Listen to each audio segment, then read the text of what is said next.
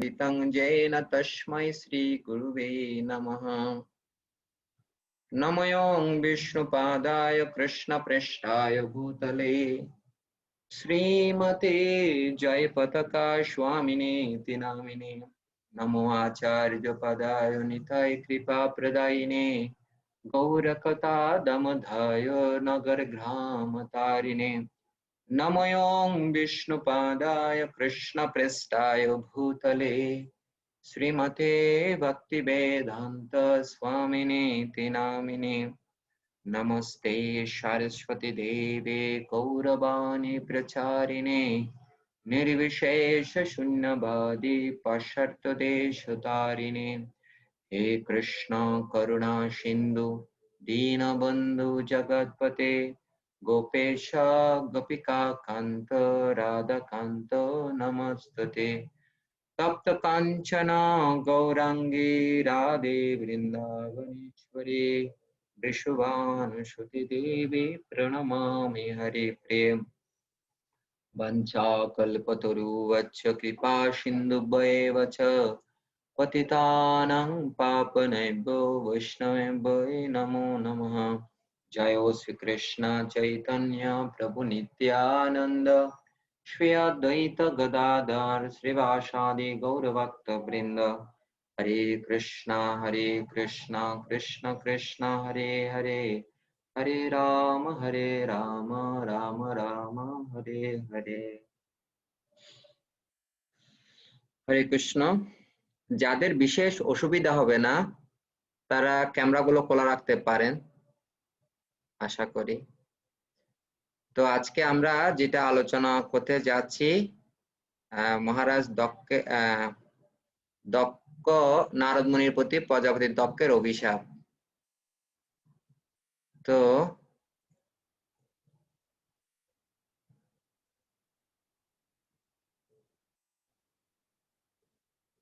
আশা করে দেখতে পাচ্ছেন, দেখা যাচ্ছে জয় হরিচম বাবু? ইয়েস। হ্যাঁ প্রভু, হরে কৃষ্ণ, দেখা যাচ্ছে। তো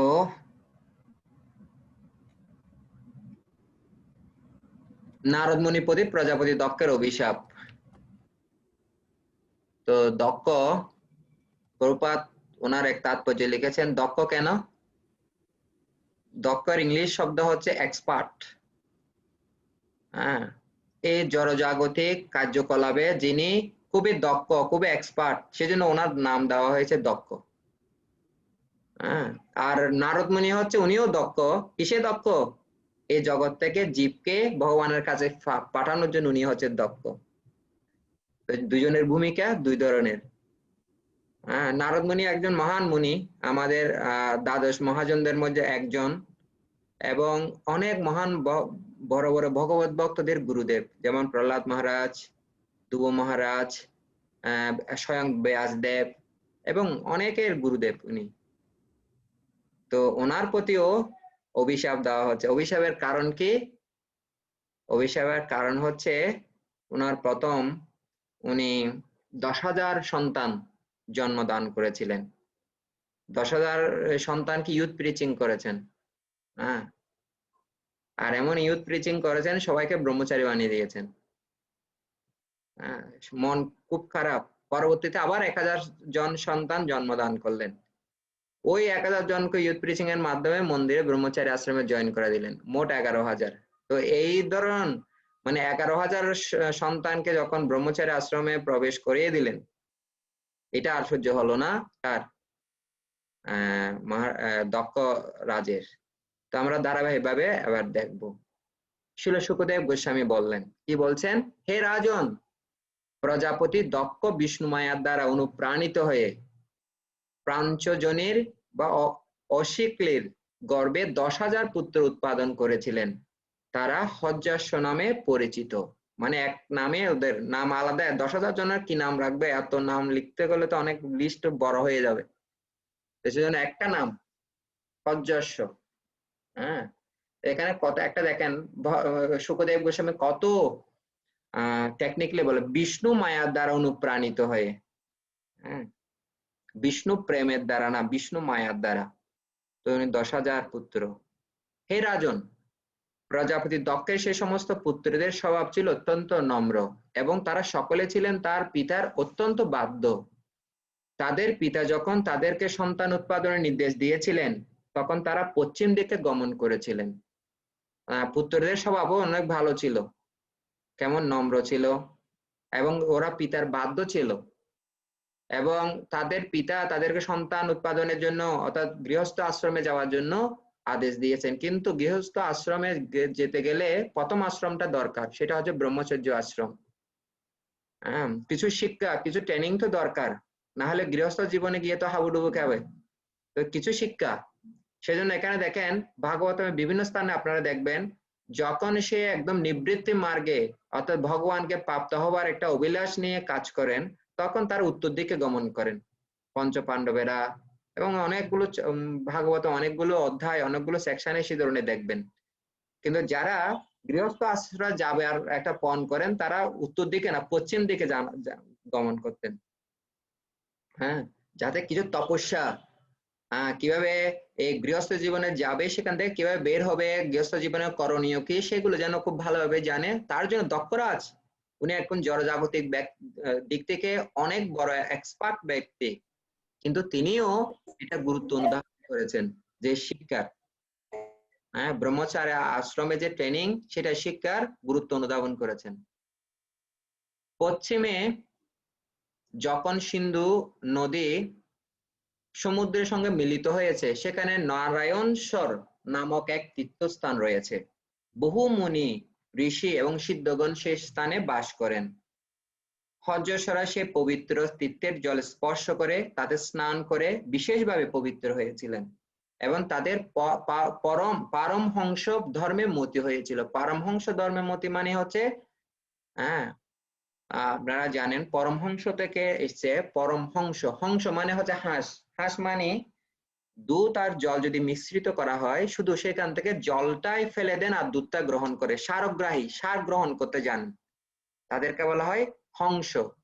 পরমহংস মানে এই জড়জগতে থাকলেও জড়জগতের কলুষিত তাদের স্পর্শ করতে পারে না, শুধুমাত্র সেখান থেকে যেটা ভগবত কেন্দ্রিক নির্যাস সেটাই শুধু গ্রহণ করেন, তাদেরকে বলা হয় পরমহংস। আর এদিকে হচ্ছে আরেকটা শ্রেণী আছে কাক শ্রেণী। কাক শ্রেণীর ওই লোকেরা শুধুমাত্র মানে কাক যেমন ডাস্টবিনে ঘুরতে থাকে, সুখদেব গোস্বামী এভাবে বর্ণনা করেছেন যে কাক যেমন ডাস্টবিনে ঘুরতে থাকে কিন্তু হংসরা কিন্তু ডাস্টবিনে থাকে না, তারা এই নির্মল সরোবরে, যেখানে জলাশয় আছে, নির্মল জল আছে, পদ্ম ফুল আছে, সেখানে থাকেন।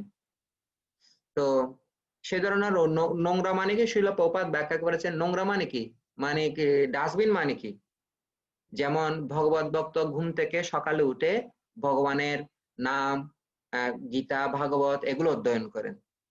আর যারা বাইরের লোক তারা বিছানায় শুয়ে ব্যাটটি প্রথমে একটা চা খাবে, তারপর ভক্তরা তো ওনার আগরবাতি জ্বালিয়ে ভগবানকে আরতি করে, ওনার আগরবাতি ব্যবহার করবে না কিন্তু সিগারেট ব্যবহার করবে, বিপরীত।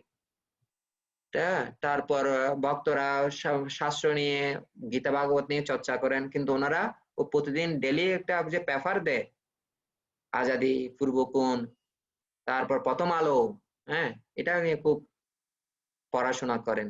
ওখানে কি আছে, কোথায় কি মরলো কি হলো সবগুলো দুনিয়ার আবর্জনা গুলো পত্রিকাতে আছে।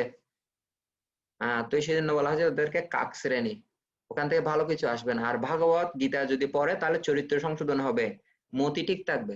তো ওদের মতি ভালো হয়েছিল, কিন্তু যেহেতু তাদের পিতা তাদের প্রজাবৃদ্ধির আদেশ দিয়েছিলেন তাই তারা তার বাসনা পূর্ণ করার জন্য কঠোর তপস্যা প্রবৃত্ত হয়েছিলেন। একদিন দেবর্ষি নারদ প্রজা সৃষ্টির জন্য তপস্যারত হর্যের সাথে দেখতে পেয়ে তাদের কাছে এসেছিলেন।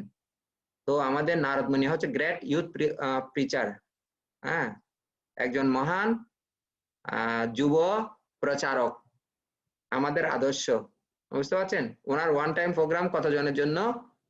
10,000 জনের জন্য, প্রথম 10,000 জন। তো শিল সুখদেব গোস্বামী বলে, হে রাজন, নারদ মুনির উপদেশ শ্রবণ করে প্রজাপতি দক্ষের পুত্রের সম্পূর্ণরূপে নিশ্চিত হয়েছিলেন। তারা সকলে তার উপদেশ পূর্ণরূপে বিশ্বাস করেছিলেন এবং একমত হয়েছিলেন। সে মহর্ষিকে তাদের গুরুদেব রূপে বরণ করে তারা তাকে প্রদক্ষিণ করেছিলেন এবং যে পথে গেলে আর এই জগতে ফিরে আসতে হয় না, তারা সেই পথ গ্রহণ করেছিলেন।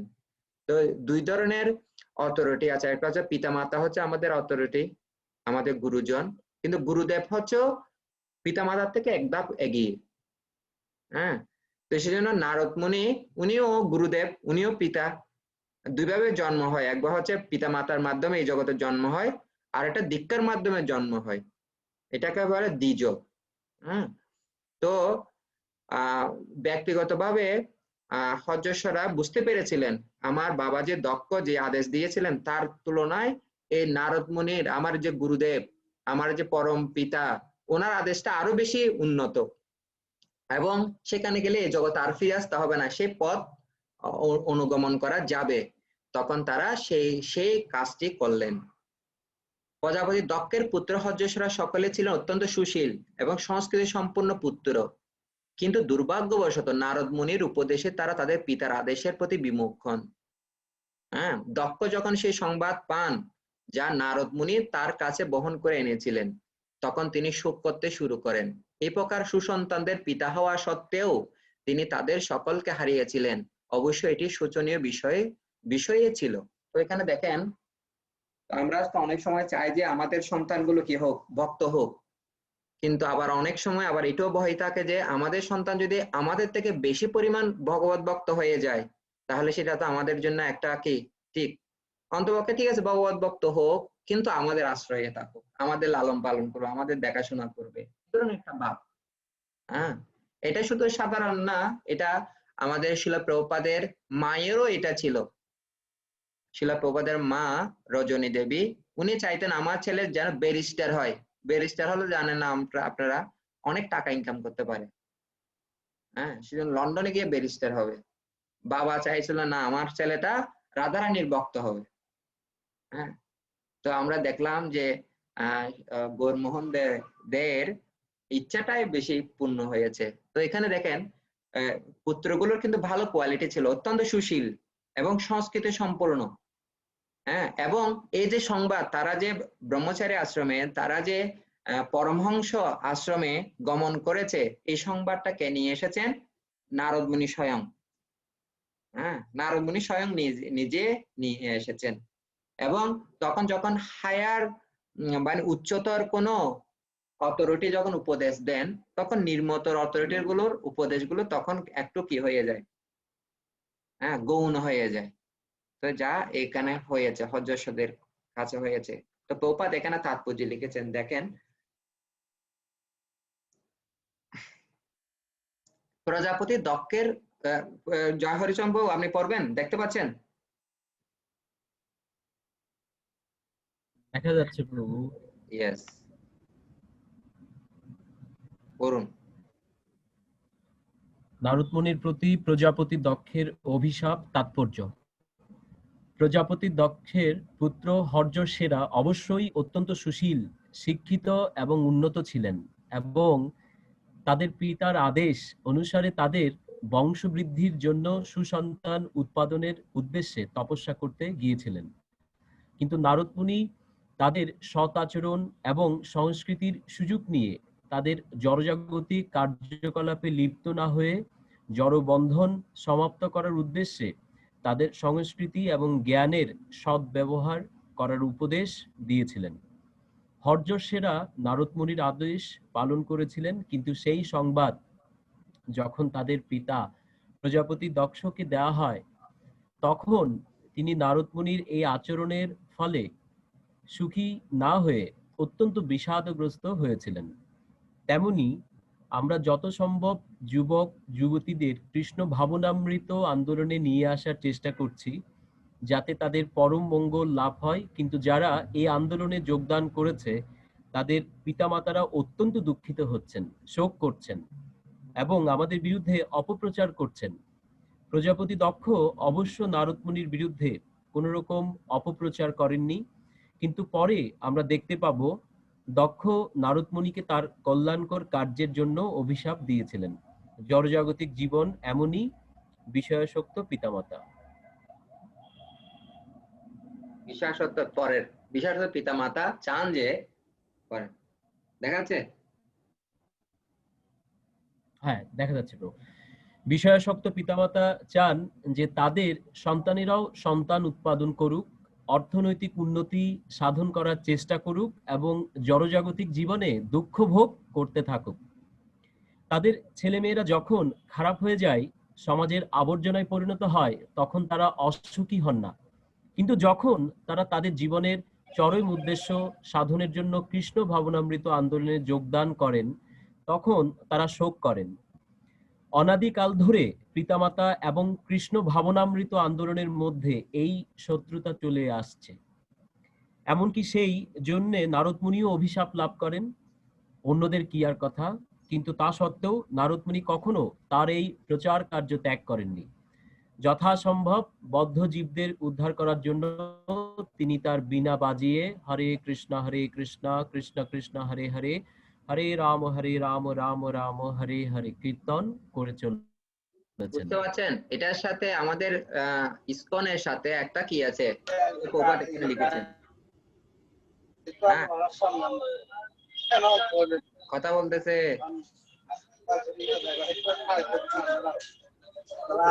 যিনি কথা বলছেন ওনাকে একটু বন্ধ করে দিতে হবে, মিউট করে। তো এখানে দেখেন শ্যামলদেব আইডি থেকে মিউট করতে পারছি না।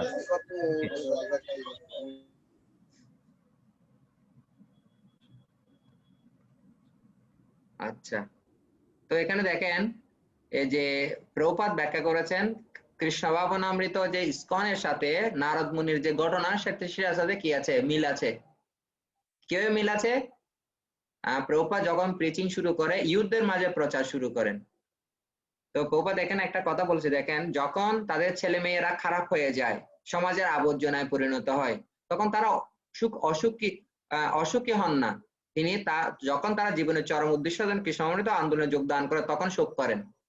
আমি ব্যক্তিগতভাবে অনেক দেখেছি যে কোনো ছেলে অথবা মেয়ে হয়তো বিপরীত লিঙ্গের প্রতি আকৃষ্ট হয়ে ওরা হয়তো অন্য ধর্ম গ্রহণ করেছে, তখন আত্মীয় স্বজন বন্ধু বান্ধব সবাই চুপ, তখন মুখটা একদম বন্ধ থাকে, কারোর সাথে কি করে না, কথা বলে না, কি হয়েছে কি হয়নি একদম। কিন্তু যে কৃষ্ণ ভাবনামৃত হলো, তখন আশেপাশে সব জায়গায় শুধুমাত্র এটা বলতেই থাকবে। তো এটার সাথে আমাদের কানেকশন কি? আসলে আমাদের পিতামাতা হওয়ার লক্ষ্যটা কি আমাদের বুঝতে হবে। যে ঋষভদেব বর্ণনা করেছেন তাদেরকে ভগবানের কাছে পাঠানো হয়েছে, এটা হচ্ছে আমাদের পিতামাতার প্রথম কাজ। তো এই কাজটা যদি কেউ করে বা আমাদের সন্তানেরা সেটা যদি উপযুক্ততা প্রাপ্ত হন, তাহলে সেই সুফলটা কিন্তু আমরা পাবো না, সারা জগৎ জুড়ে পাবে। যেমন ধরুন আমাদের পরমারাধ্য গুরু মহারাজ ছিল জয়পতাকা স্বামী গুরু মহারাজ। উনি যদি এই কৃষ্ণ ভাবনা আন্দোলনে অংশগ্রহণ না করতেন, শিলা প্রভুপাদের মিশন উনি জয়েন করেছেন 19 বছর বয়সে। তো ওনাকে ওনার গুরুদেব শিলা প্রভুপাদ দীক্ষা দিয়েছেন, সন্ন্যাস দীক্ষা দিয়েছেন 21 বছর বয়সে। বাচ্চা ছেলে, 21 বছর কিছু না। তাহলে ওনার এই জীবন উৎসর্গ করার ফলে আজকে কত জীব, শিলা আমাদের গুরু মহারাজের পরমানন্দ গুরু মহারাজের 50,000 শিশু আছে, 50,000 জীবকে কি করেছেন, নিস্তার করেছেন। আপনি দেখেন একটা ব্যক্তি, একটা গুড সোল, একটা শুদ্ধ ভক্ত সারা জগতে পবিত্র করতে পারে। আজকে গৌরমোহন দে, রজনী দেবী, ওদের নাম কে জানতো? কলকাতার তো এই ধরনের অনেক বাবা মাই ছিল, কিন্তু আজকে ছাড়া জগৎ জুড়ে তারা পূজ্য এই ধরনের সন্তান জন্ম দান করার ফলে, ঠিক কিনা? তো সেজন্য আমাদের বুঝতে হবে, যদি সৌভাগ্যবশত সে ধরনের হয়ে যায়, যেন আমরা অন্য অ্যাঙ্গেলে না দেখি। আমরা যেন আমাদের ভাবটা ঠিক রাখি যে না, এটা আমাদের পরম সৌভাগ্য যে আমাদের সন্তান কৃষ্ণ ভাবনামৃত গ্রহণ করছে। তারপর প্রজাপতি দক্ষ যখন তার পুত্রদের হারিয়ে শোক করছিলেন, তখন ব্রহ্মা তাকে উপদেশ দিয়ে সান্ত্বনা দিয়েছিলেন। তারপর দক্ষ তার পত্নী পাঞ্চজনীর গর্ভে আরো 1000 পুত্র উৎপাদন করেছিলেন। তার এই পুত্ররা সবলাশ্য নামে পরিচিত ছিল। প্রথমে ছিল হর্যাশ্য, এখন হচ্ছে সবলাশ্য। আরো 1000 জন, প্রথমে 10,000 জন, এখন 1000 জন, মোট 11,000। প্রজাপতি দক্ষ সন্তান উৎপাদন অত্যন্ত দক্ষ ছিলেন বলে তার সেই নামকরণ হয়েছিল। প্রভুপাদ এই তাৎপর্য বলছেন, দক্ষ কেন সন্তান উৎপাদন করতে দক্ষ বলে, এই জন্য কি ওনার নাম দক্ষ। প্রথমে তিনি তার পত্নীর গর্ভে 10,000 পুত্র উৎপাদন করেছিলেন, কিন্তু সেই পুত্র হারানোর পর তারা ভগবত ধামে ফিরে গেলে তিনি সবলাশ্ব নামক আরো 1,000 পুত্র উৎপাদন করেছিলেন। প্রজাপতি দক্ষ পুত্র উৎপাদন অত্যন্ত দক্ষ ছিলেন এবং নারদ মুনি ছিলেন সমস্ত বদ্ধ জীবদের ভগবত ধামে ফিরিয়ে নিয়ে যেতে দক্ষ। দেখেন এখানে প্রভুপাদের তাৎপর্য, দুজনে কিন্তু দক্ষ। হ্যাঁ, নারদ মুনিও দক্ষ। কেন দক্ষ? উনি গোলক বৃন্দাবনে পাঠাতে, হ্যাঁ, যত জীব পাবেন গোলক বৃন্দাবনে পাঠানোর জন্য উনি দক্ষ। আর দক্ষ মহারাজ উনি কেন দক্ষ? কারণ সন্তান এই জগতে মানে কি বদ্ধ জীবদেরকে, হ্যাঁ, জন্ম দান করার জন্য বা ভৌতিক জগতে তাদেরকে আলো দান করার জন্য উনি দক্ষ। তাই জড়জাগতিক দক্ষ ব্যক্তিরা আধ্যাত্মিক দক্ষ পুরুষ নারদ মুনির সঙ্গে একমত হতে পারেন না। কিন্তু তার অর্থ এই নয় যে নারদ মুনি তার হরে কৃষ্ণ মহামন্ত্র কীর্তনের কার্য থেকে বিরত হবেন। তো আমরা যখন অনেক বড় বড় মহান এই জড়জাগতিক ভাবে প্রতিষ্ঠিত অনেক শিক্ষিত অনেক বড় বড় ব্যক্তির সাথে সম্মিলিত হই, তারা বুঝতে পারেন আমাদের কার্যক্রম গুলো, এই লোকগুলো কি করতেছে। হ্যাঁ, আমি কয়েকদিন আগে একটা অনুষ্ঠানে গিয়েছি, তো ওনারা বলতেছে প্রভু আপনারা রাজনীতির সাথে যুক্ত হন, আপনারা দেশের জন্য কিছু করুন, আপনারা পারবেন। আমরা বললাম যে আমরা তো ভিতরের থেকে ইনসাইডে কাজ করতে, আপনারা আউটসাইডে কাজ করতে, আপনারা কিছু করুন, আমরা আপনাদের সাথে আছি। বলে না আপনারা এগিয়ে আসেন, আপনারা কিছু করুন। ওনারা চাই আমাদের দিয়ে কিছু করাতে। ছিল ব্রিটিশ বিরোধী আন্দোলনের সময় ভক্তি সিদ্ধান্ত সরস্বতী ঠাকুরের আশ্রমে অনেক ব্রহ্মচারী ছিল। তো সুভাষচন্দ্র বসু, আপনারা নেতাজি সুভাষচন্দ্র বসু উনি এসেছিলেন, ছিল ভক্তি সিদ্ধান্ত সরস্বতী ঠাকুরের কাছে। এসে বললেন যে আপনার আশ্রমে এতগুলো যুবক, এতগুলো ইয়ং ব্রহ্মচারী, ওগুলোকে আমাকে দেন, আমি স্বদেশী আন্দোলনে ওদেরকে ব্যবহার করি। এদেরকে এখানে বসে রেখে কি হচ্ছে, কি করছেন আপনারা? তখন ভক্তি সিদ্ধান্ত সরস্বতী ঠাকুর বললেন ওরা রোগা পাতলা লোক, অত বেশি কিনা কর্মঠ না, আর অত বেশি শক্তিও নয়, এনার্জিও নাই, শাক ইয়া দিয়ে মোটা জীবন ধারণ করে। হ্যাঁ, তো ওদেরকে ওখানে নিয়ে লাভ নাই, ওদেরকে দয়া করে কি করুন, হ্যাঁ, যে ছেড়ে দেন, আপনারা অন্য যুবক দেখেন। তো ওনারা বুঝতে পারেন না। বসেন বেশিক্ষণ না, 20-30 মিনিট। সূর্যগ্রহণ তো দেখা যাবে না বাংলাদেশে। তাদের পিতার সরি, তখন ওরা ছেড়ে দিলেন। তো আমাদের মাঝে মাঝে মনে হয় যে কি করা দরকার, কিভাবে এগিয়ে আসা দরকার, এই ধরনের বিভিন্ন ভিন্ন ব্যক্তিরা ভিন্ন ভিন্ন কিছু বলতে পারে, কিন্তু নারদ মুনির মতো যারা মহান আচার্যরা তাদের পদাঙ্ক অনুসরণ করছেন, তাদের কাজ হচ্ছে হরিকৃষ্ণ মহামন্ত্রের কীর্তনের যে কার্য থেকে বিরত না হওয়া। তাদের তাদের পিতার আদেশ অনুসারে সন্তান উৎপাদনের জন্য সাবলেশ্বর নারায়ণ সরোবরে গিয়েছিল, যেখানে তার জ্যেষ্ঠ ভ্রাতারা নারদ মুনির উপদেশ পালন করে সিদ্ধি লাভ করেছিলেন। তপস্যা করার দৃঢ়ব্রত ধারণ করে সাবলেশ্বরা সেই তীর্থে অবস্থান করেছিলেন। তো এখানে তাৎপর্য বলছেন, কে বলবেন? করুণিকা মাধব প্রভু পড়তে পারবেন? দেখা যাচ্ছে? আনমিউট করে বলতে হবে, আনমিউট করে। প্রভু একটু সমস্যা আছে প্রভু, একটু কম দেখা যাচ্ছে। আচ্ছা, কে দেখতে পারেন ভালো করে? জহরিচন্দ প্রভু, অঞ্জন প্রভু, বাবলু প্রভু পড়তে পারছেন? হ্যাঁ প্রভু, আচ্ছা আমি বড় করে নিচ্ছি। হ্যাঁ ঠিক আছে প্রভু, দেখা যাচ্ছে এখন। হ্যাঁ পড়ো। হ্যাঁ, প্রজাপতি দক্ষ তার পুত্রদের দ্বিতীয় দলটিকে সে একই স্থানে পাঠিয়েছিলেন, যেখানে তার পূর্ববর্তী পুত্রেরা সিদ্ধি লাভ করেছিলেন। নারদ মুনির উপদেশের দ্বারা প্রভাবিত হওয়ার সম্ভাবনা থাকলেও তিনি তাদের সে স্থানে পাঠাতে দ্বিধা করেননি। বৈদিক সংস্কৃতিতে সন্তান উৎপাদনের জন্য গৃহস্থ আশ্রমে প্রবেশ করার পূর্বে ব্রহ্মচারী রূপে আধ্যাত্মিক তত্ত্বজ্ঞান লাভের শিক্ষা গ্রহণের প্রথা রয়েছে। এটি হচ্ছে বৈদিক ব্যবস্থা। তাই প্রজাপতি দক্ষ তার পুত্রদের দ্বিতীয় দলটিকেও নারদ মুনির উপদেশে তাদের জ্যেষ্ঠ ভ্রাতাদের মতো বুদ্ধিমান হওয়ার সম্ভাবনা থাকলেও আধ্যাত্মিক উন্নতি সাধনের শিক্ষা লাভের জন্য পাঠিয়েছিলেন। একজন কর্তব্যপরায়ণ পিতা রূপে তার পুত্রদের জীবনের পরম সিদ্ধি লাভের উপদেশ প্রাপ্ত হতে তিনি ইতস্তত করেননি।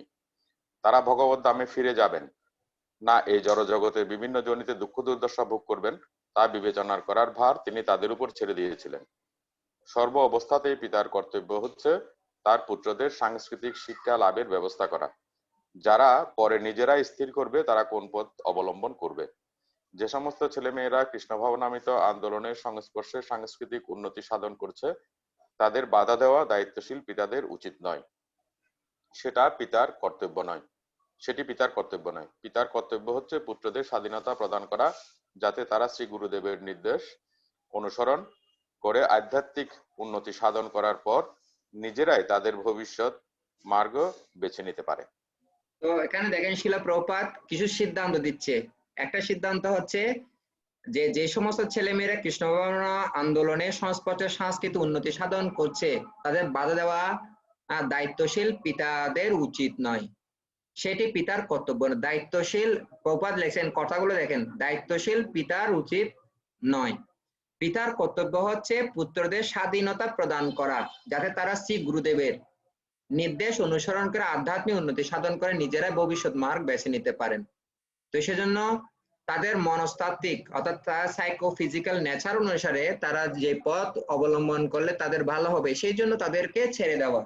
আর এটাও নয় যে যে তারা সংসার জীবনে থাকবে না আধ্যাত্মিক জীবনে পুরোপুরি ভাবে অবগাহন করবে, সেটা তাদের উপরে ছেড়ে দিলে ভালো। কিন্তু ছেড়ে দেওয়ার আগে তাদের শিক্ষাটা যেন প্রাপ্ত হয় সেটা পিতামাতাকে দেখতে হবে, এটা পিতামাতার কর্তব্য। এই জন্য আশঙ্কা থাকলেও দক্ষরাজ উনি বুঝতে পেরেছেন যে না, আমার পুত্রদের এই শিক্ষা ব্যতীত গৃহস্থ আশ্রমে প্রবেশ করানো এটা আমার জন্য ভুল হবে। যদি আমি সাপ ধরতে যাই, সাপের মন্ত্র না জানি, সাপের গর্তে কিভাবে সাপ ধরতে হয় না জানি, তাহলে সাপের গর্তে যদি হাত দেয় তাহলে তো ওখানে কি হবে, সাপের ছোবলে বিষে আক্রান্ত হয়ে মারা যাবে। তো অনেক ব্যক্তি জগতে, ভৌতিক জগতে দেখেন এখানে প্রচুর লোক গৃহস্থ আশ্রমে যাচ্ছেন কিন্তু ওখান থেকে বের হওয়ার কোনো কি জানছে না, কৌশল জানছে না, ওখানেই থেকে যাচ্ছে সবাই, ওখান থেকে বের হচ্ছে না। ব্রহ্মচারী আশ্রম তো নেই, গৃহস্থ আশ্রমে প্রবেশ করছে, বানপ্রস্থ নাই, সন্ন্যাস নাই, আর ওদিকে যাচ্ছে না। কিন্তু এসি ভক্তি বেদান্ত স্বামী শিল প্রভুপাদের কৃপায় আজকে অনেক এই ধরনের গোস্বামী, বিশেষ করে আমাদের গোপাল কৃষ্ণ গোস্বামী মহারাজ, সৎস্বরূপ দাস গোস্বামী মহারাজ, মুকুন্দ গোস্বামী মহারাজ, সৎস্বরূপ দাস গোস্বামী মহারাজ, অনেক ভক্ত, অনেক মহারাজ বৃন্দ তারা গৃহস্থ আশ্রমে গিয়েছেন, সেখান থেকে আবার বের হয়ে এসেছেন। বদ্রী নারায়ণ গোস্বামী মহারাজ, আপনি ইসকনে লেভেলে। তো আমরা যেহেতু শিল প্রভুপাদ অনুগামী, আমাদের গুরুবৃন্দ, আমাদের আচার্য বৃন্দ, সন্ন্যাসী বৃন্দ যে পথ অনুগমন করেছেন, আমাদের উচিত হতে সে ধরনের আমাদের মেন্টালি মানসিকভাবে সেভাবে প্রস্তুতি নেওয়া, যে আমাদের গৃহের মধ্যে পড়ে থাকলে হবে না। গৃহম অন্ধকূপম, ভাগবতম বলা হয় যেটা অন্ধকূপ, ওখানে পড়ে থাকলে হবে না, ওখান থেকে কিভাবে মুক্ত হতে হবে সেটা আমাদের চিন্তা করতে হবে। এটা হচ্ছে গৃহস্থ আশ্রমের কর্তব্য। তো পিতামাতা তাদের সন্তানকে আধ্যাত্মিকভাবে প্রগতি করা, আধ্যাত্মিক দিকে নিয়ে যাওয়া, এটা অনেক বড় ধরনের একটা কাজ, যেটা নারদ মুনি দক্ষরাজের এই কাজটাকে অনেক সহজ করে দিয়েছেন। কিন্তু আমরা দেখব, হে মহারাজ পরীক্ষিত, নারদ মুনির প্রজা সৃষ্টি কামনায় তপস্যারত দক্ষ পুত্রের কাছে এসে পূর্বে তিনি তার জ্যেষ্ঠ ভ্রাতাদের যেভাবে গূঢ় অর্থ সমন্বিত উপদেশ দিয়েছিলেন সেই উপদেশ তাদেরকেও দিলেন। তাহলে আমাদের বুঝতে হবে যে আমরা এখানে আলোচনা করছি না সে কি উপদেশ দিয়েছেন, কারণ আমাদের আলোচ্য বিষয় সেটা না। উনি কতগুলো উপমার মাধ্যমে এমন জ্ঞান দিয়েছে, ওরা এত বুদ্ধিমান, এত ট্যালেন্ট ছিল যে মুহূর্তের মধ্যে ধরে ফেলেছিলেন যে কি বলতে চাইছেন। কিন্তু আমরা আজকে প্যারেন্টিং এ ওটা আলোচনা করব না, আমরা আলোচনা করব এই ধরনের ঘটনা যদি আমাদের জীবনে আশেপাশে ঘটেও যায় তখন আমাদের দৃষ্টিভঙ্গি কেমন হবে। আমাদের সন্তান যদি এইভাবে সন্ন্যাস আশ্রমে চলে যায়, উন্নত স্তরে চলে যায়, পরমাংশ হয়, সেটা আমাদের আনন্দিত হওয়া উচিত, নাকি এই ধরনের কার্যক্রমে যারা করছেন, বিশেষ করে নারদ মুনির পদাঙ্ক অনুসরণ করে, শিল প্রভুপাদের পদাঙ্ক অনুসরণ করে যারা করছেন তাদের প্রতি নিন্দাবন্ধ করবো, অপবাদ দিব, সেটা হচ্ছে আমাদের শিক্ষণীয় বিষয়। হে দক্ষ পুত্রগণ, তোমরা মনোযোগ সহকারে আমার উপদেশ শ্রবণ করো। তোমরা সকলে তোমার জ্যেষ্ঠ ভ্রাতা হর্যশ্বদের প্রতি অত্যন্ত প্রীতিপরায়ণ, অতএব তাদের মার্গ অনুসরণ করাই তোমাদের কর্তব্য। যে ভ্রাতা ধর্মতত্ত্ব সম্বন্ধে অবগত, তিনি তার অগ্রজদের পদাঙ্ক অনুসরণ করেন। অতি উন্নত সেই সমস্ত পুণ্যবান ভ্রাতারা মরুত ইত্যাদি ভাতৃবৎসল দেবতাদের সঙ্গে জীবন উপভোগ করার সুযোগ পান। তাৎপর্য করেছেন, মানুষ বিভিন্ন প্রকার জড় সম্পর্কের প্রতি বিশ্বাসের ফলে বিভিন্ন লোকে উন্নীত হন। লাভলি মাতা যে মাঝে মাঝে ঢুকছেন, মাঝে মাঝে বের হয়ে যাচ্ছেন, মনে হয় কানেকশন পাচ্ছেন না। হরে কৃষ্ণ প্রভু, উনি গ্রামের বাড়িতে আছেন, তো ওখানে নেটওয়ার্ক খুব ঝামেলা করছে, ইয়েস, তার জন্য মনটা হচ্ছে। ওকে। এখানে বলা হয়েছে যে যারা তাদের ভ্রাতাদের প্রতি শ্রদ্ধা পরায়ণ, তাদের কর্তব্য হচ্ছে অগ্রজদের প্রদর্শিত পন্থা অনুসরণ করা, তার ফলে তারা মরুত লোকে উন্নীত হবেন। নারদ মুনি প্রজাপতি দক্ষের পুত্রের দ্বিতীয় দলটিকে উপদেশ দিয়েছিলেন তারা যেন তাদের জ্যেষ্ঠ ভ্রাতাদের পদাঙ্ক অনুসরণ করে চিৎ জগতে উন্নীত হন। শিল শুকদেব গোস্বামী বললেন, হে আর্য, যার দর্শন কখনো ব্যর্থ হয় না, সে নারদ মুনি প্রজাপতি দক্ষের পুত্রদের এই উপদেশ দিয়ে সেখান থেকে প্রস্থান করেছিলেন। দক্ষের পুত্ররা তাদের জ্যেষ্ঠ ব্রাতাদের পদাঙ্ক অনুসরণ করেছিলেন।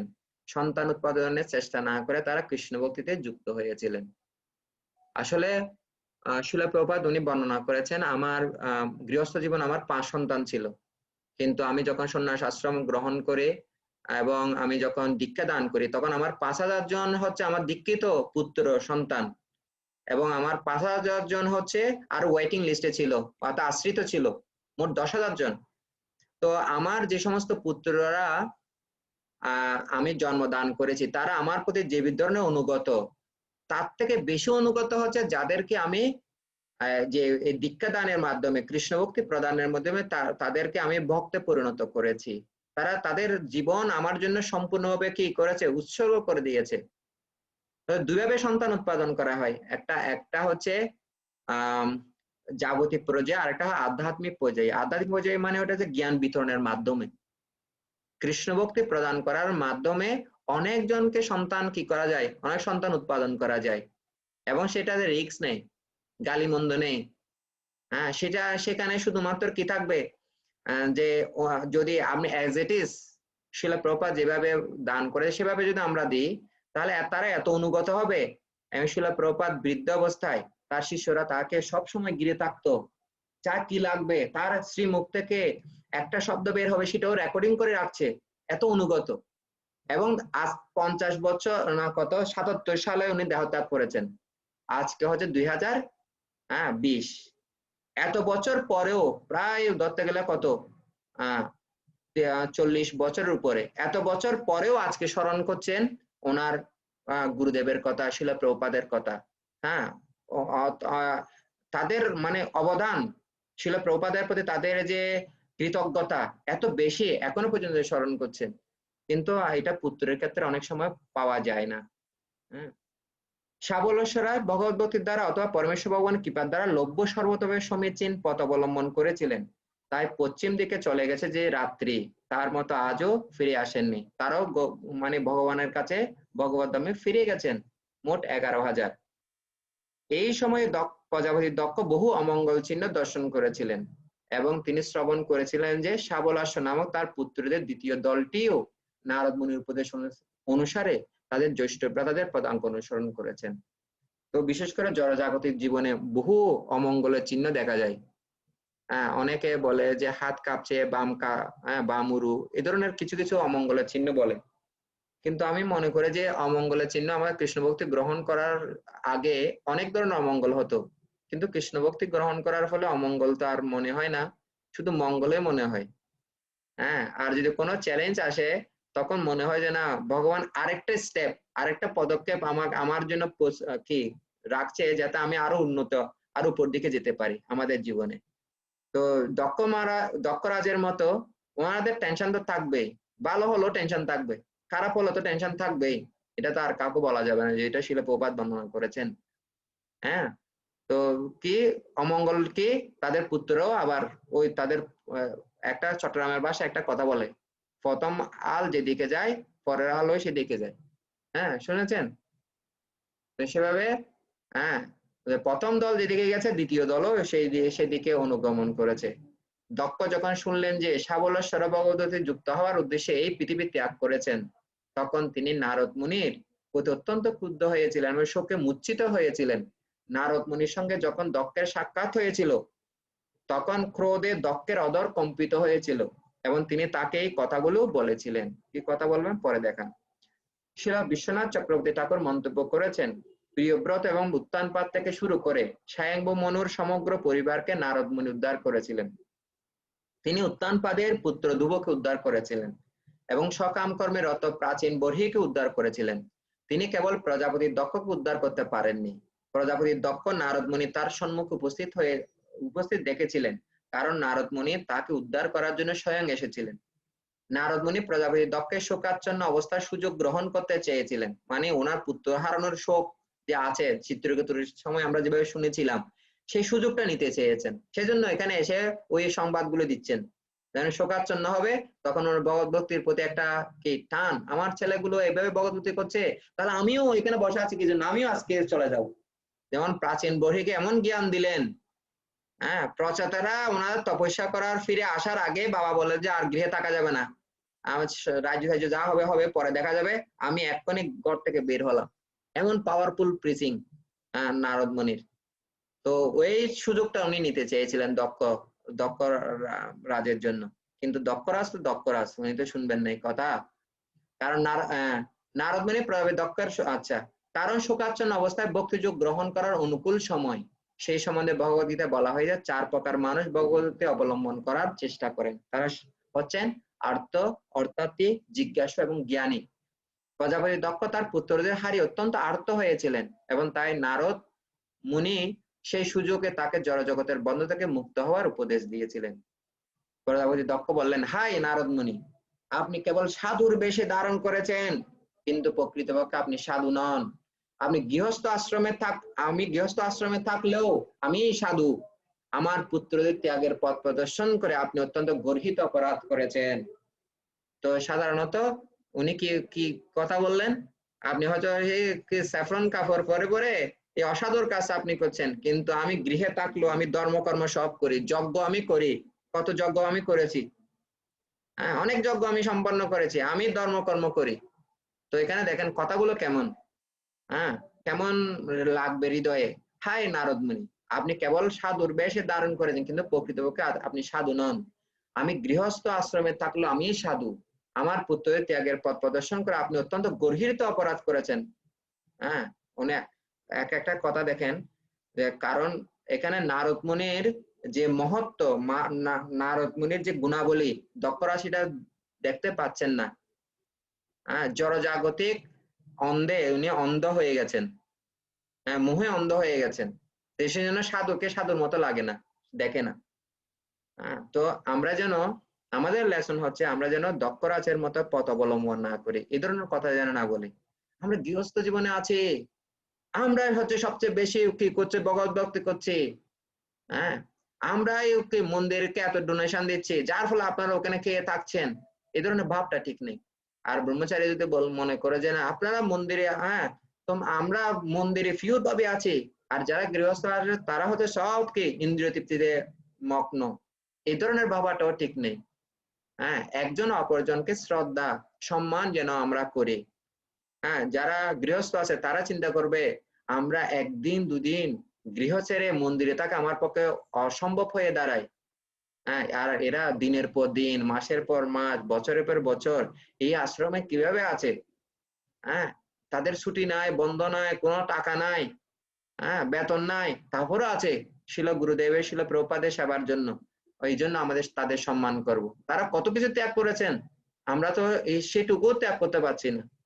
অন্তপক্ষে সপ্তাহে একদিনও আমরা মন্দিরে যেতে পারছি না, শুদ্ধভাবে আমরা করতে পারছি না, সেজন্য আমরা শ্রদ্ধা করব। আর ব্রহ্মচারী কিভাবে চিন্তা করবেন, 16 মালা তো আমাদেরকে দেওয়া হয়েছে, 16 মালা গৃহস্থকে দেওয়া হয়েছে, হ্যাঁ, 4টা নিয়ম আমাদেরকে দেওয়া হয়েছে, ওনাদেরকে দেওয়া হয়েছে। এত কষ্ট করে তারা ভক্তি করছেন, হ্যাঁ, জব করার জন্য। যখন সকালে জব মালা নিয়ে বসে, তখন পূজা দিবে না, রান্না করবে না, স্কুলে নিয়ে যাবে বাচ্চাকে, এত বেশি এত জটিলতার মধ্যেও তারা কৃষ্ণ ভক্তি করছেন। তারা তো অবশ্যই বন্দনীয়, তারা তো পূজ্য, এই ধরনের চিন্তা করবেন। হ্যাঁ, কিন্তু নারদ মুনির যেভাবে দক্ষরা যেভাবে কথা বলছেন সেভাবে বলা উচিত না, যে আমি গৃহস্থ আশ্রমে থাকলে আমি এই সাধু। হ্যাঁ, আমিটা যখন বিশাল হয়ে যাবে তখন অন্যকে দেখা যায় না। আর আমিটা কত বড়, আমিটা হচ্ছে আমি একটি চুলের অগ্রভাগের 10,000 ভাগের 1 ভাগ, যেটা খালি চোখেও দেখা যায় না, সেটা হচ্ছে আমি। হ্যাঁ, যখন কেউ জড়জাগতিক সম্পদে দম্ভে অহংকারিত হয়, তখন সে ভালো জিনিস দেখে না, অপর সাইড দেখে না, এক সাইড দেখেন শুধু।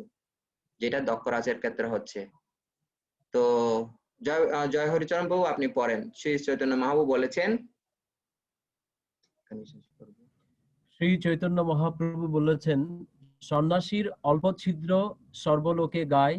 শ্রী চৈতন্য চরিতামৃত মধ্যলীলা 12তম অধ্যায়ের 51 নম্বর শ্লোকে। সমাজে অনেক সন্ন্যাসী, বানপ্রস্থ, গৃহস্থ এবং ব্রহ্মচারী রয়েছেন। আবার সকলেই যদি তাদের কর্তব্য অনুসারে যথাযথভাবে জীবনযাপন করেন, তাহলে তাদের সাধু বলে বুঝতে হবে। প্রজাপতি দক্ষ অবশ্যই ছিলেন একজন সাধু, কারণ তিনি এমন কঠোর তপস্যা করেছিলেন যে ভগবান শ্রী বিষ্ণু স্বয়ং তার সম্মুখে আবির্ভূত হয়েছিলেন। কিন্তু তা সত্ত্বেও তার ছিদ্র অন্বেষণের প্রবৃত্তি ছিল। নারদ মুনি তার অভিপ্রায় ব্যর্থ করেছিলেন বলে তিনি অন্যায়ভাবে নারদ মুনিকে একজন অসাধু বলে মনে করেছিলেন। যথাযথভাবে জ্ঞান লাভ করে গৃহস্থ হওয়ার শিক্ষাদান করার জন্য দক্ষ তার পুত্রদের নারায়ণ সরোবরে তপস্যা করার জন্য পাঠিয়েছিলেন। কিন্তু নারদ মুনি তাদের অতি উন্নত স্তরে তপস্যা দর্শন করে তাদের বৈষ্ণব সন্ন্যাসী হওয়ার উপদেশ দিয়েছিলেন। নারদ মুনি এবং তার অনুগামীদের এটিই হচ্ছে কর্তব্য। এই জড়জগৎ ত্যাগ করে ভগবত ধামে ফিরে যাওয়ার পন্থা সকলকে প্রদর্শন করাই তাদের কর্তব্য। প্রজাপতি দক্ষ কিন্তু তার পুত্রদের সম্বন্ধে নারদ মুনি যে মহান কর্তব্য সম্পাদন করেছিলেন তা দেখেননি। নারদ মুনির আচরণের প্রশংসা করার পরিবর্তে দক্ষ তাকে অসাধু বলে দোষারোপ করেছিলেন। বুঝতে পারছেন? আমরা যদি শিল প্রভুপাদের অনুগামী, নারদ মুনি অনুগামী হই, তাহলে এখানে বলা হচ্ছে নারদ মুনি এবং তার অনুগামীদের এটাই হচ্ছে কর্তব্য কি, যে অতি উন্নত স্তরে তপস্যা দর্শন করে তাদের বৈষ্ণব সন্ন্যাসী হওয়ার উপদেশ দিয়েছিলেন। হ্যাঁ, আরো উপরের দিকে তুলে নেওয়া। হ্যাঁ, এরপরের তাৎপর্য প্রজাপতি প্রজাপতি দক্ষ নারদ মুনির নিন্দা করেছিলেন, কারণ ব্রহ্মচারী নারদ দ্বারে দ্বারে গিয়ে ভিক্ষা না করে দক্ষ তার যে পুত্রদের গৃহস্থ হওয়ার শিক্ষাদান করেছিলেন তাদের সন্ন্যাসীতে পরিণত করেছেন। দক্ষ নারদ মুনির প্রতি অত্যন্ত ক্রুদ্ধ হয়েছিলেন, কারণ তিনি মনে করেছিলেন যে নারদ মুনি তার প্রতি এক মহা অন্যায় করেছেন। দক্ষের মতে নারদ মুনি তার অনভিজ্ঞ এবং সরল পুত্রদের বিপথে পরিচালিত করে সন্ন্যাস মার্গ প্রদর্শন করেছেন। এই সমস্ত কারণে প্রজাপতি দক্ষ নারদ মুনিকে অসাধু বলে নিন্দা করে বলেছেন যে তার পক্ষে সাধুর বেশ পরিধান করা উচিত হয়নি। যখন আমাদের কিসে বলবো স্বার্থে লাগে, তখন কিন্তু আর যথাযোগ্য সম্মানটা আমরা প্রদর্শন করতে পারি না। এটা মানে কঠিন পরিস্থিতিও আসলে সে ধরনের হয়। তো আমরা আমাদের যে সাধুত্ব, আমরা সাধু, হ্যাঁ, গৃহস্থ হই ব্রহ্মচারী হই না কেন, কারণ আমাদের অবস্থান থেকে কখনো চ্যুত হওয়া ঠিক না। আমাদের কি বলবো স্থিতি হারিয়ে ফেলা ঠিক না, কঠিন বিপদেও। হ্যাঁ, এখানে আরো বলছে কখনো কখনো কখনো গৃহস্থরা সাধুদের ভুল বোঝেন, বিশেষ করে যখন সেই সাধু তাদের অল্প বয়সী ছেলে মেয়েদের কৃষ্ণ ভক্তির পন্থা অবলম্বন করতে বলেন। সাধারণত গৃহস্থরা মনে করেন যে গৃহস্থ আশ্রমে প্রবেশ না করলে যথাযথভাবে সন্ন্যাস আশ্রমে প্রবেশ করা যায় না।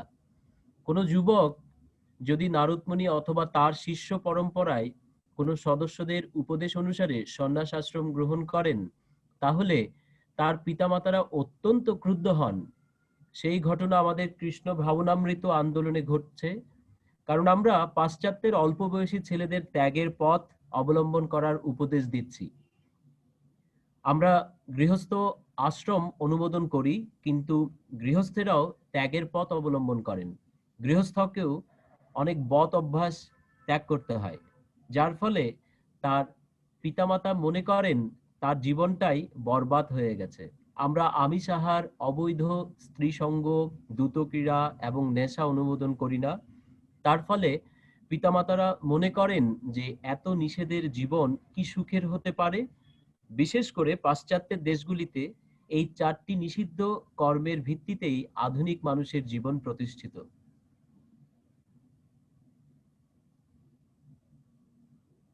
তাই তাই পিতামাতারা আমাদের এই আন্দোলনকে পছন্দ করেন না। প্রজাপতি দক্ষ যেমন নারদের কার্যকলাপে অসন্তুষ্ট হয়ে তাকে অসাধু বলে গালি দিয়েছিলেন, তেমনি পিতামাতারা আমাদের বিরুদ্ধেও নানা প্রকার অভিযোগ করেন। কিন্তু পিতামাতারা আমাদের প্রতি ক্রুদ্ধ হলেও আমাদের কর্তব্য আমাদের করে যেতেই হবে। আমাদের কারণ ইউথ আমরা নারদ করে যেতে হবে, কেমন না? হ্যাঁ, কারণ পড়েন। আমরা কারণ আমরা নারদ মুনিরই পরম্পরার অন্তর্ভুক্ত। গৃহস্থ আশ্রমে আসক্ত ব্যক্তিরা ভেবে পায় না কিভাবে মৈথুন সুখ সমন্বিত গৃহস্থ জীবন ত্যাগ করে সর্বত্যাগী কৃষ্ণ ভক্ত হওয়া সম্ভব।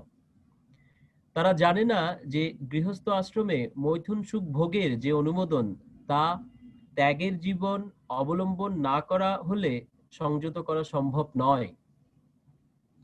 বৈদিক সভ্যতায় 50 বছর বয়স হলে গৃহস্থ আশ্রম ত্যাগ করে বানপ্রস্থ আশ্রম অবলম্বন করার নির্দেশ দেওয়া হয়েছে। সেটি বাধ্যতামূলক, কিন্তু আধুনিক সভ্যতা জয় হরিচরণ প্রভু প্রস্তুত তো? করণিকা মাধব প্রভু এটার জন্য প্রস্তুত? অঞ্জন প্রভু এবং বাবলু প্রভু? প্রভুপাদ লিখছেন, আমি বলছি না। আপনি তো আমরা সবাই প্রভুপাদকে খুব বেশি ভালোবাসি। প্রভুপাদ বলছেন যে গৃহস্থ আশ্রম ত্যাগ করে বানপ্রস্থ আশ্রম অবলম্বন করার নির্দেশ দেওয়া হয়েছে। সেটি বাধ্যতামূলক, এটা অপশনাল না। কিন্তু আধুনিক সভ্যতা যেহেতু দিগ্ভ্রান্ত হয়েছে, তাই গৃহস্থরা মৃত্যু পর্যন্ত সময় পর্যন্ত গৃহে থাকতে চায়। ধৃতরাষ্ট্র কিন্তু গৃহে কি মৃত্যুবরণ করেনি। আপনি দেখেন, আন্যর কি কথা বলবো, বিদুর এমন ক্লাস দিলেন, উনি গৃহ থেকে বের হয়ে গেল, অন্ধ ব্যক্তি। হ্যাঁ, এটা হচ্ছে বিষয়। আমাদের অন্তপক্ষে ডিটারমাইন হওয়া হচ্ছে আমার মৃত্যুটা যেন হাসপাতালে না হয়, চিৎকার করতে করতে যেন কি মরতে না হয়। আমাদের মৃত্যুটা যেন ভক্ত সঙ্গ থাকবে, ভগবানকে দর্শন করতে করতে, যেভাবে হরিদাস ঠাকুর, যেভাবে বিষ্ণুদেব, হ্যাঁ, ভক্তরা সবাই কীর্তন করবে চারিদিকে, হ্যাঁ, কোনো মহারাজ দর্শন করতে আসছেন, ওই সময় যেন আমরা দেহত্যাগ করি, এমন হওয়া চাই না? কি বলেন? হ্যাঁ, পড়েন। কিন্তু আধুনিক সভ্যতা যেহেতু দিকভ্রান্ত হয়েছে, তাই গৃহস্থরা মৃত্যুর সময় পর্যন্ত গৃহে থাকতে চায় এবং তাই তারা এত দুঃখ কষ্ট ভোগ করছে। এই পরিস্থিতিতে নারদ মুনির শিষ্যেরা যুবক সম্প্রদায়কে উপদেশ দেন এখনই কৃষ্ণ ভাবনামৃত আন্দোলনে যোগদান করতে। এতে কোনো ভুল নেই। বুঝতে পারছেন? এই জন্য আমরা ইউথ প্রিচিং করছি, যাতে হ্যাঁ, প্রজাপতি দক্ষ বললেন, হ্যাঁ, উনি একটা যুক্তি দেখালেন, আপনি অসাধু। হ্যাঁ, আরেকটা যুক্তি এখানে খাড়া করা হচ্ছে। সেই যুক্তিটা কি? হ্যাঁ, হাই, আমার পুত্রেরা তীবিত ঋণ থেকে মুক্ত হয়নি। সরি, প্রকৃতভাবে তারা তাদের কর্তব্য সম্বন্ধে বিবেচনা করেননি। হে নারদ মুনি, হে মূর্তিমান পাপ। এখন নারদ মুনিকে কিভাবে সম্বোধন করা হচ্ছে দেখেন। প্রথমে বলা হচ্ছে আপনি অসাধু, হ্যাঁ, এখন বলা হচ্ছে মূর্তিমান পাপ। আপনি তাদের ইহলোক এবং পরলোক মঙ্গল প্রাপ্তির বিঘ্ন সৃষ্টি করেছেন, কারণ তারা এখনো ঋষি, দেবতা এবং পিতৃদের কাছে ঋণী। এখন 3টে ঋণ চুকায়নি, শোধ করেনি। তারা কিভাবে হ্যাঁ এই পরমহংস ধর্ম যাজন করবেন? হ্যাঁ, তাৎপর্য করেন। ব্রাহ্মণের জন্ম হওয়া মাত্রই ঋষিগণ ঋষি ঋণ, দেবঋণ ও পিতৃঋণ, এই ত্রিবিধ ঋণে ঋণী হন। তাই ব্রাহ্মণকে ব্রহ্মচর্যের দ্বারা ঋষি ঋণ, যজ্ঞের দ্বারা দেবঋণ এবং সন্তান উৎপাদনের দ্বারা পিতৃ ঋণ থেকে মুক্ত হতে হয়।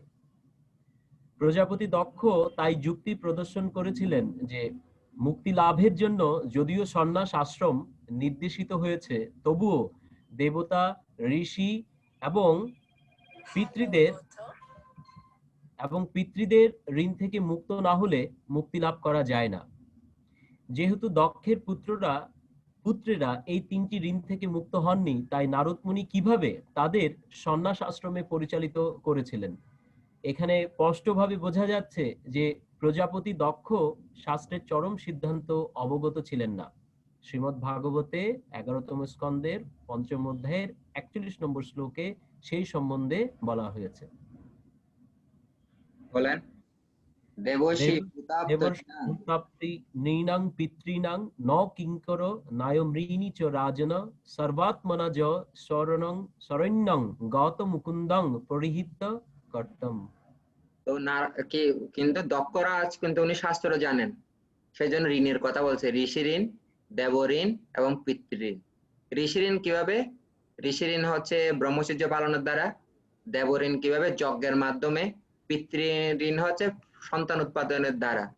হ্যাঁ, এই 3টা ঋণ চুকাতে হবে, তারপর হবে কি পরমহংস ধর্ম, অন্য কিছু সন্ন্যাস আশ্রম পরে।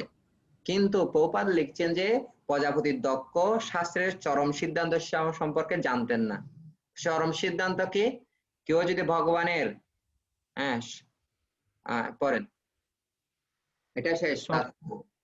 সকলেই দেবতা, জীব নিচয়, পরিবার, পিতা প্রভৃতির কাছে ঋণী, কিন্তু কেউ যখন সর্বতোভাবে মুকুন্দের শরণাগত হন, তখন যজ্ঞাদি কর্ম সম্পাদন না করলেও সমস্ত ঋণ থেকে মুক্ত হওয়া যায়। পরমেশ্বর ভগবানের যে শ্রী পাদপদ্ম সকলের চরম আশ্রয়, কেউ যদি তার জন্য এই জড়জগৎ ত্যাগ করেন, তখন তিনি কোনো ঋণ পরিশোধ না করলেও সমস্ত ঋণ থেকে মুক্ত হয়ে যান। সেটি হচ্ছে শাস্ত্রের বাণী। তাই নারদমুনি প্রজাপতি দক্ষের পুত্রদের জড়জগৎ ত্যাগ করে শ্রীকৃষ্ণের শ্রী পাদপদ্মের আশ্রয় অবলম্বন করার যে উপদেশ দিয়েছিলেন, তাতে কোনো অন্যায় হয়নি। দুর্ভাগ্যবশত হর্যশ্ব এবং সবলাশ্বদের পিতা প্রজাপতি দক্ষ বুঝতে পারেননি যে নারদমুনি তার কি মহৎ উপকার করেছিলেন। দক্ষ তাই তাকে মূর্তিমান পাপ এবং অসাধু বলে গালি দিয়েছিলেন। নারদমুনি একজন মহান বৈষ্ণব রূপে দক্ষের সমস্ত অপবাদ সহ্য করেছিলেন, কিন্তু প্রজাপতি দক্ষের পুত্রদের উদ্ধার করে ভগবদ্ধামে প্রেরণ করার মাধ্যমে তার কর্তব্য সম্পাদন করেছিলেন মাত্র। ঠিক আছে, আজকে এখানে শেষ। তাহলে আমরা কি বুঝতে পারছি যে এটা থেকে, আচ্ছা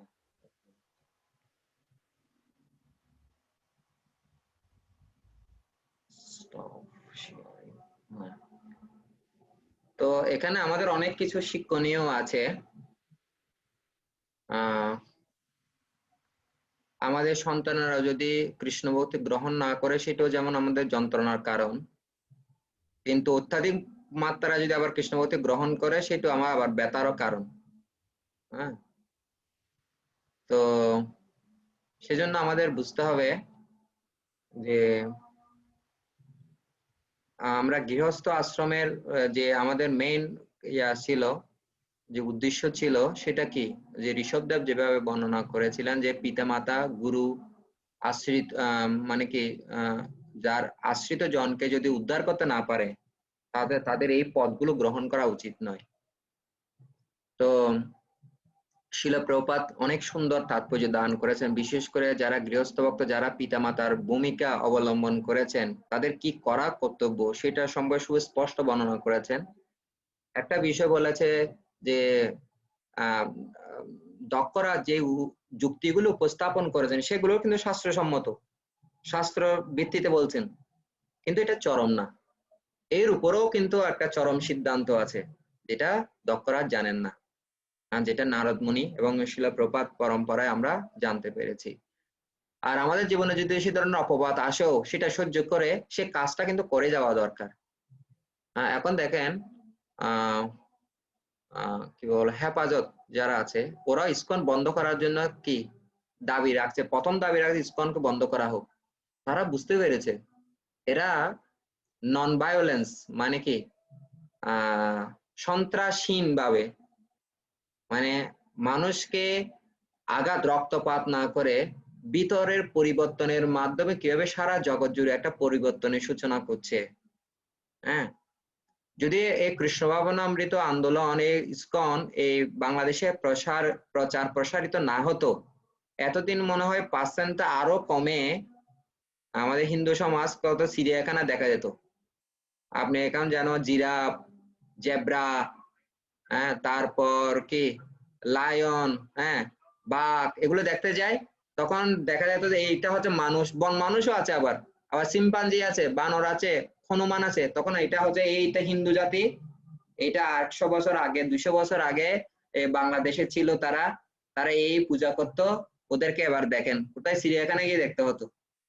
তো আমাদের হিন্দু সমাজ, আমরাও ইসকনের গুরুত্ব বুঝতে না পারলেও কিন্তু ওরা কিন্তু বুঝতে পেরেছে যে ইসকন কি কাজটা করেছে, নারদ মুনির পদাঙ্কন অনুসরণ করে অ্যাজ ইট ইজ কাজটা করেছেন। হ্যাঁ, তো আমার অন্ততপক্ষে আরেকটা বিষয় আছে যেখানে দক্ষরাজ বর্ণনা করেছেন যে গৃহস্থ আশ্রমের থেকে অভিজ্ঞতা নিয়ে তারপরে সন্ন্যাস আশ্রমে যাওয়া দরকার, ত্যাগীর আশ্রমে। কারণ যদি অভিজ্ঞতা না থাকে তাহলে ওখানে গিয়ে কি হবে? তো শিল প্রভুপাদ উনি তো একজন গৃহস্থ ছিলেন, উনি 4টা আশ্রমে বরাবর পালন করেছেন, গৃহস্থ ব্রহ্মচর্য, গৃহস্থ, বানপ্রস্থ, সন্ন্যাস, 4টা আশ্রমে একেবারে পালন করেছেন। তো ওনার কথা অবলম্বন, ওনার কথা শ্রবণ করার মাধ্যমে আমাদের এক্সপিরিয়েন্স করতে হবে না। শিল প্রভুপাদ এক জায়গায় আমি সেটা শুনেছিলাম, কোন বই আমি বলতে পারবো না, যেমন 20টা মল পায়খানা যে খারাপ এটা কেউ টেস্ট করে দেখে না, এটা জেনে শুনে ওখানে ওটা পরিত্যাগ করে, ঠিক কিনা? তো এটা এমন না যে আমাদের গৃহস্থ আশ্রমে প্রবেশ করে তারপর অভিজ্ঞতা নিয়ে তারপর ত্যাগের জীবন যেতে হবে, এমনটি না। আমাদের মহাজনদের যদি পদাঙ্ক অনুসরণ করি তাহলে অনেক বড় বড় বিপদ থেকে আমরা কি পাবো? আমরা বেঁচে যাব। আর যদি না শুনি তাহলে গৃহস্থ জীবন মানে একটা কি এক্সপেরিয়েন্স। এখানে পার্থক্য কোনো বিষয় নাই, সন্ন্যাসী ব্রহ্মচারীর সাথে গৃহস্থদের পার্থক্য নেই, পার্থক্য শুধু এক জায়গায়, এক্সপেরিয়েন্স। এক্সপেরিয়েন্স মানে কি? অভিজ্ঞতা। অভিজ্ঞতার মূল্য কত? অভিজ্ঞতার মূল্য হচ্ছে অর্থ, সময় এবং কিছু আরো ব্যাড এক্সপেরিয়েন্স, অন্য কিছু না। কিন্তু সবাইকে গৃহস্থ হয়ে, বানপ্রস্থ হয়ে, সন্ন্যাস হয়ে আর ব্রহ্মচারী হয়, এগুলো হচ্ছে জড়জাগত উপাধি। ভক্তির রসামৃত সিন্ধুতে বলা হচ্ছে সর্ব উপাধি বিনির্মুক্ত তৎপরতেন নির্মলম ঋষি কেন ঋষিকেশ সেবনম ভক্তির উচ্চতে।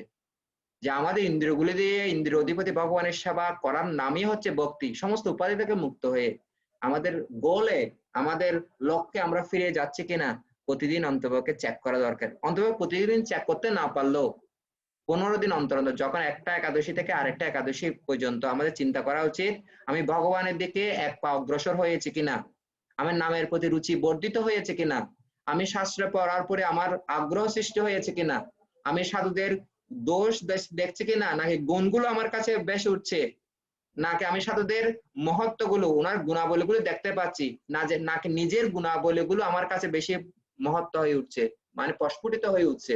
ও আমি অনেক কিছু ত্যাগ করেছি, আমি অনেক বন্ধু বান্ধব আত্মীয় স্বজন ত্যাগ করেছি। আমি কি ত্যাগ করেছি?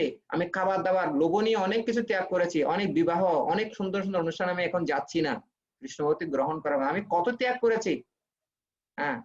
আমরা শুধু ত্যাগ করেছি কি দুশ্চিন্তা, টেনশন আর আবর্জনাময় জীবন, কোনো কিছু ত্যাগ করেনি, সব আছে, সব বরাবরই আছে, একটা নির্মল জীবনে আমরা আছি। আমি সকলকে অনুরোধ করব আমাদের শিল প্রভুপাদের যে শিক্ষা, টিচিং আমরা যেন অবলম্বন করি, আমরা যেন চিরদিন গৃহস্থ আশ্রমে যেন বন্দী না থাকে, আমরা আমাদের হৃদয়, আমাদের মন, আমাদের বাক্যের দ্বারা আমরা ভগবানের সেবা যেন আমরা গ্রহণ করি, আর ধীরে ধীরে ভগবত ধামে যাওয়ার জন্য পথ তৈরি করি। আমাদের নিশ্চয়ই বনে যেতে হবে না, আমাদের মন্দিরের কেন্দ্র করে প্রচারকে প্রসারিত করতে হবে, এর মাধ্যমে আমাদের আস্তে আস্তে ব্যস্ততা বাড়াতে হবে। এভাবে শ্রী গোপাল কৃষ্ণ গোস্বামী মহারাজের মতো, বদ্রীনারায়ণ গোস্বামী মহারাজের মতো, সস্বরূপ দাস গোস্বামী মহারাজ, এই ধরনের আমার সন্ন্যাসী আমাদের অনেক দরকার। তো আমরা আশা করি আমরা পাবো ভবিষ্যতে এই ধরনের ব্যক্তি আপনাদের কাছ থেকে উঠে আসবে। হরে কৃষ্ণ, ধন্যবাদ, প্রণাম সকলকে। কোনো প্রশ্ন থাকলে বলবেন।